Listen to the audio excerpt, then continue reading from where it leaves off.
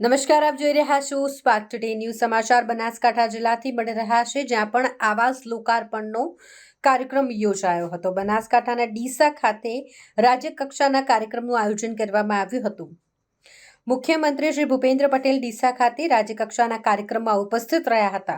પ્રધાનમંત્રી નરેન્દ્રભાઈ મોદીની વર્ચ્યુઅલ ઉપસ્થિતિમાં સમગ્ર રાજ્યમાં 2,993 કરોડના ખર્ચથી નિર્માણ પામેલ કુલ 1,31,454 આવાસોનું ઈ-લોકાર્પણ અને ખાતમુહૂર્ત કરાયું, જેમાં મુખ્યમંત્રી ભૂપેન્દ્ર પટેલ બનાસકાંઠાના ડીસા ખાતે યોજાયેલ રાજ્યકક્ષાના કાર્યક્રમમાં ઉપસ્થિત રહ્યા હતા.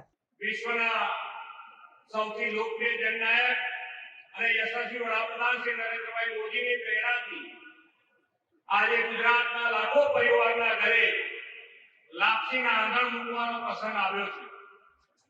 એક સાથે એક જ સમયે 1,32,000 થી વધુ આવાસોના લોકાર્પણ અને ખાતમુહૂર્ત એ ઐતિહાસિક ઘટના છે અને તેના પ્રેરણા સ્ત્રોત છે આપણા આદરણીય શ્રી મોદી સાહેબ.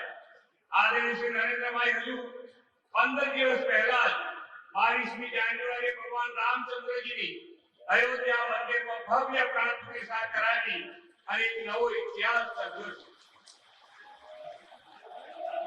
ગુજરાતના અમોદા પુત્ર અને વડાપ્રધાનશ્રીએ આ નવા ઇતિહાસ થકી ભારતને વિશ્વ પ્રતિષ્ઠા અપાવી છે. ભવ્ય રામ મંદિરમાં રામલલ્લાની મૂર્તિ પ્રતિષ્ઠાના અવસર પછી પ્રથમવાર ગુજરાતમાં લાખો પરિવારને આવાસની ભેટ આપવા પધારેલા આદરણીય શ્રી નરેન્દ્રભાઈનું સમગ્ર ગુજરાતની જનતા જનાર્દન વતી હૃદયના ઉમળકાથી સ્વાગત કરું છું. વડાપ્રધાન શ્રી રામચંદ્રજીની મૂર્તિની પ્રાણ પ્રતિષ્ઠાને દીપાવલીની જેવા ઉમંગ અવસર તરીકે ઉજવવા કરેલી અપીલને આવકારવા 22મી જાન્યુઆરીએ દેશભરમાં લોકોએ દીપમાળા પ્રગટાવી ભગવાન રામચંદ્રજીની પ્રાણ પ્રતિષ્ઠાને દીપોત્સવ તરીકે મનાવી હતી. આજે લાખો ગરીબ મધ્યમ વર્ગીય પરિવારો પ્રધાનમંત્રી આવાસ યોજનાનો લાભ મેળવી ગૃહ પ્રવેશોત્સવનો ઉત્સવ ઉજવી રહ્યા છે. મર્યાદા પુરુષોત્તમ ભગવાન શ્રી રામ કરોડો ભારતીયોના આરાધ્ય દેવ અને સાંસ્કૃતિક એકતાની ધરોહર છે. પ્રભુ શ્રી રામ દીનબંધુ કહેવાય છે અને નિર્બલ કે બલરામ એવું તુલસીદાસજીએ કહ્યું છે.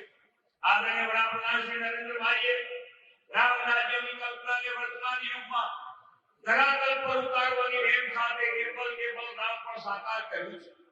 તેમણે દેશના ગરીબ, વંચિત, પીડિત, શોષિત સમાજના અંતિમ છોડના દરેકની ચિંતા કરીને તેમને પણ વિકાસની મુખ્ય ધારામાં લાવવાનું સુરાજ્ય સ્થાપવાની નવી શરૂઆત કરી છે.